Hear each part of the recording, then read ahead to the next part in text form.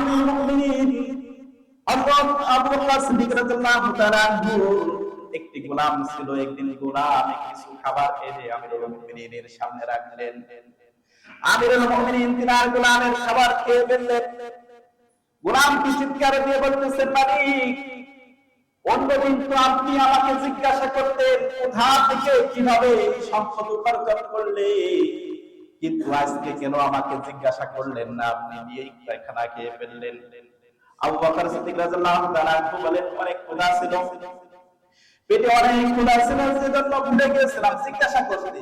এখন বলো দেখি কিভাবে তুমি সম্পদ এনেছো?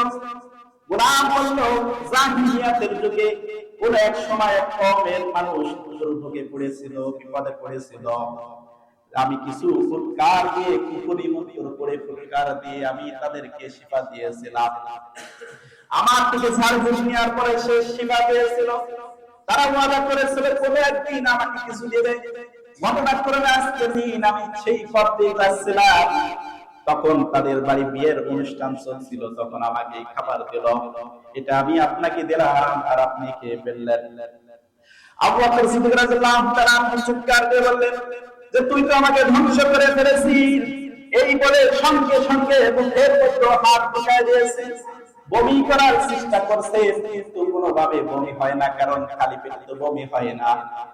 আমিরুল মুমিনিন কিছু পানি পান করে যখন আবার মুখের মধ্যে হাত ঢুকাইলেন, বমি করলো, বমি হলো, পেট খালি হয়ে গেল। একজন করে আমিরুল মুমিনিন এত কষ্ট করার কি দরকার ছিল? কিছুই না, সন্দেহ হলো কিছু না, খাবার এটাই গিয়েছে। আমিরুল মুমিনিন আবু বকর সিদ্দিক রাদিয়াল্লাহু তাআলা বলে, তুমি কি জানো এই খাবার বের করতে যদি আমি আবু বকরের জীবন চলে যেত, তবু আমি খাবার বের করে ছাড়তাম। কারণ আমি রাসূলুল্লাহ সাল্লাল্লাহু আলাইহি ওয়াসাল্লামের কাছ থেকে শুনেছি, রাসূল বলেছেন, লা তাদখুলুল জান্নাতা জাসাদুন উদিয়া বিল হারাম। যেই ব্যক্তি হারাম ভক্ষণ করে ওই শরীর কোনদিন জান্নাতে প্রবেশ করবে না।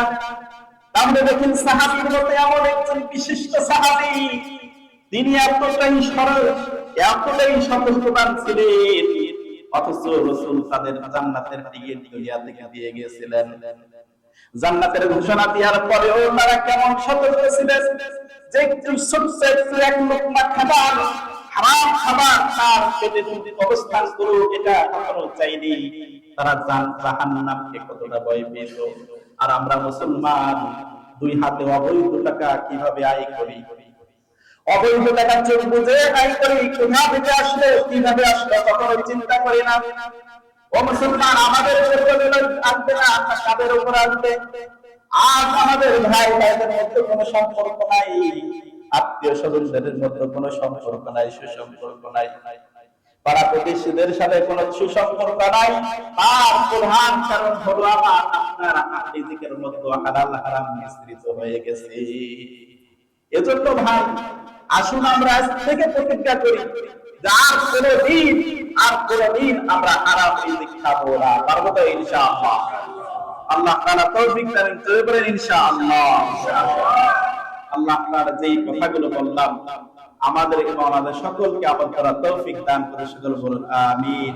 ওয়া আখিরু দাওয়ানা আলহামদুলিল্লাহি রাব্বিল আলামিন।